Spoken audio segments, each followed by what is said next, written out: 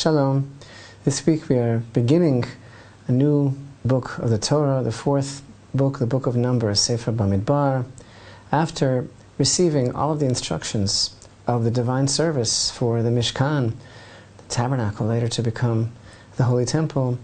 Now we come back to the timeline, to real time. Children of Israel in the desert, they are traveling encamped around the tabernacle, ready to enter into the land of Israel soon.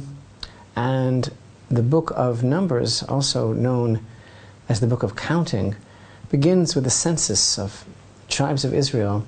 And we read here in the beginning of chapter 2 how we receive instructions for the children of Israel to encamp around the tabernacle. Hashem spoke to Moshe and Aaron, saying, "The children of Israel shall encamp, each man by his banner, according to the insignias of their father's household.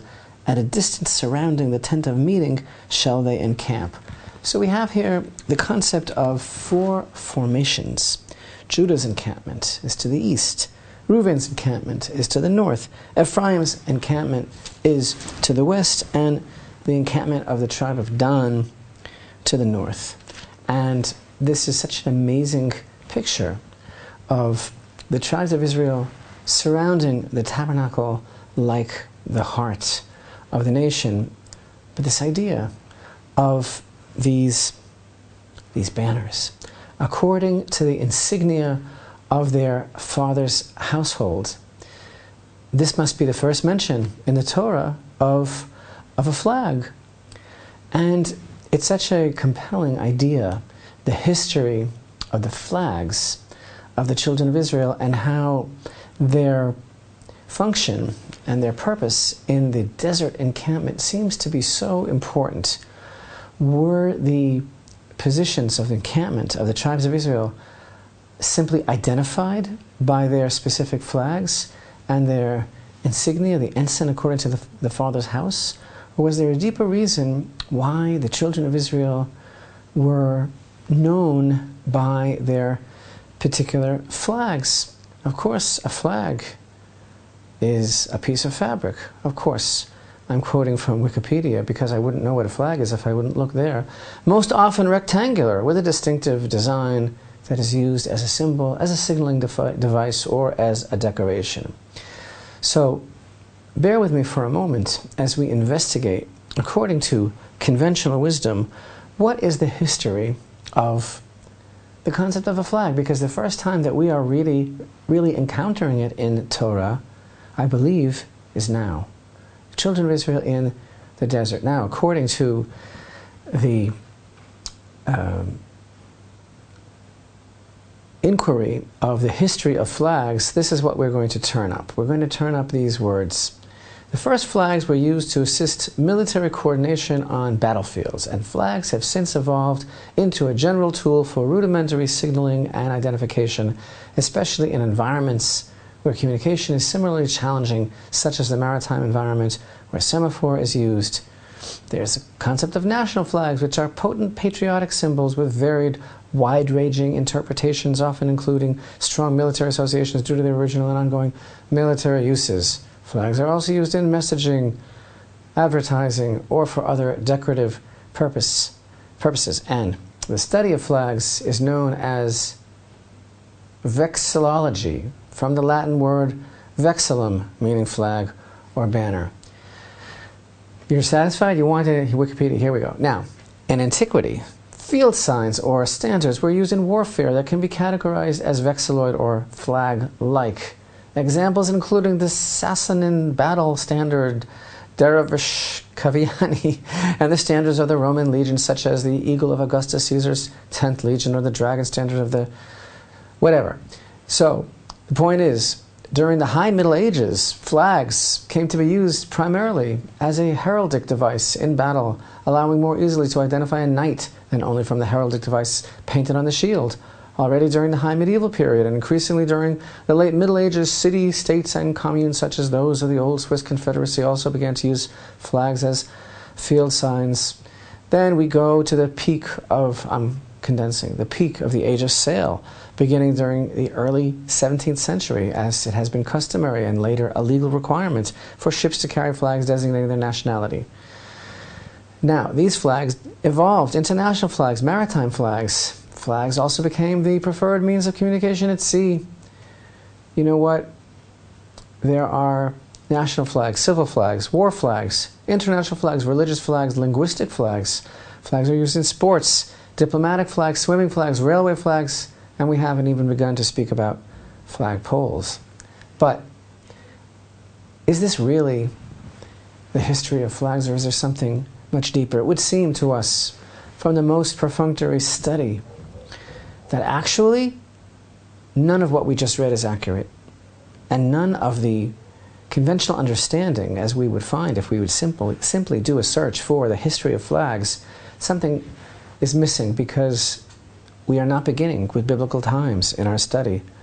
And certainly from the book of Numbers we see the important central role that the insignias of their father's household, each man by his banner, according to those insignias, we see the central role that this played. And actually, according to Jewish tradition, this is all very, very deep. And it goes much further back than the history recorded here.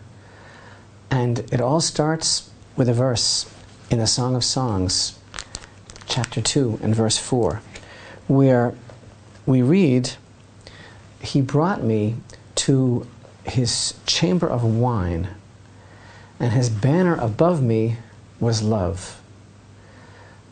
That's the literal translation, but the verse actually refers to, on the mystical level, the verse refers to the giving of the Torah at Mount Sinai. When Hashem brought us al Beit Hayayin, he brought us to the wine feast. The wine chamber is really referring to the delights of Torah, and his banner above me was love. So our sages derive in special tradition from this verse that at the giving of the Torah at Mount Sinai, Israel witnessed how all of the myriad groupings of angels descended upon Mount Sinai to honor God and to honor Israel and to honor the Torah at that event. And all of these groups of angels were, as it were, encamped according to their particular banners and their particular ensigns. It was some sort of incredible vision that Israel perceived of the angelic beings descending on Mount Sinai in specific groups according to their flags. And the Midrash tells us, in a very enigmatic and powerful statement, that from that moment, Israel desired, on the deepest level, to also be identified by flags.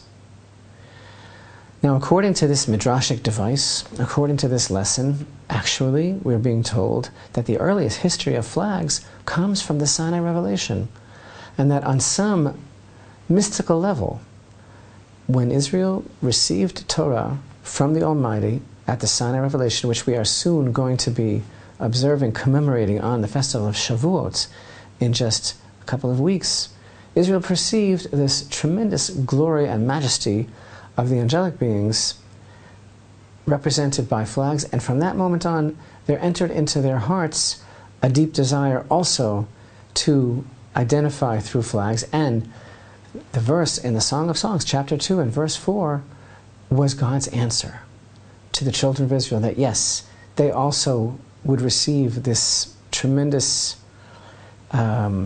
gift of the banners and the ensigns, and this was first manifest and first given over as a legacy for them here in the beginning of the book of Numbers, as they encamped for the first time as a nation around the tabernacle. And the concept of the flags of the children of Israel is quite complex. Actually, each flag featured a very specific and unique color, which became the very same color as the particular stone on the breastplate of the high priest, the choshen of the Kohen Gadol also features 12 stones, one corresponding to each tribe of Israel, and the color of the stone is the exact background color of the banner of each one of the tribes. The ensign, the design on the flag, is another very deep subject, and apparently, according to our sages, there is a tradition that when we read back in Genesis, in chapter 50, verses 12 and 13, of how the children of Jacob carried him, and they were all encamped around him as they carried him, apparently the same order in which they carried their father Jacob is the order in which the same descendants of the original sons of Jacob surrounded the tabernacle years later. According to another idea, actually it was when Jacob was on his deathbed and his sons were gathered all around him. The very same positions around which they stood, those are the positions around which they stood when they were gathered about the tabernacle, etc. But the insignia and the color of each tribe is extremely significant. So I think we see very clearly that the earliest recorded history of flags is not really the same recorded history that we are aware of, that our tradition of the development of this manner, this means, this method of identification and grouping comes from a much earlier source. It comes from the Sinai revelation, and thus intrinsically it's already imperative for us to understand that there must be something much deeper here, because if it comes from Sinai, then it is obviously something that is rooted in eternity. There is a great lesson here and a great secret here. But what does it mean that the children of Israel perceived on a spiritual level a vision, that they saw numerous, countless, myriad groupings of angels descend upon Mount Sinai according to their flags? I mean, obviously there is a deep lesson here, because the Midrash is never just quaint or anecdotal or simple or just some sort of tale. So what does it mean that they perceive this? And even more, what does it mean that from the moment the children of Israel perceived this vision, they had an overwhelming, compelling desire that they too should have the merit, the blessing to receive flags and to be able to march with them and identify themselves through these flags. So there is indeed a very great secret here. What is the purpose of a flag altogether? Actually, as Rashi cites, one of the main reasons for a camp to have a flag is that all those that are scattered will know where to gather. And all those that are spread out will have a rallying point to be able to focus upon, and even more so, he points out, in a time of war, when they become separated, they will not lose their bearings or focus. They will not go lost, because they will always be able to return to their camp through the flag. And so it is, our sages teach, on a level of spirituality. And this is really the deep meaning of that verse in the Song of Songs, where we are told in chapter 2, V'diglo alai ahava, that his banner above me is love. And degel, a flag, is actually an expression of the concept of chibur, to be connected. In other words, what is it that the children of Israel saw? They saw angels, which means a concept of a spiritual entity that has no distraction. An angel has no distraction like we do. This is exactly what our sages teach us, whatever it means, and whatever an angel is. What we're told that we can learn from the angels is that they are completely focused. They have no physical boundary or counterpart or element that would drag them down. They have no contradiction as we people do, where our divinely given soul is pulling us all the time in one direction to rise up, and our more physical base nature is pulling us down. Not so with the angels. They are totally focused and always connected, even when they are given a particular mission and they have to become part of the physical world. They are still completely, constantly attached to God consciousness. And it's this that the children of Israel saw and desired on a deep heart level. It's such a beautiful teaching when we're told, oh, the children of Israel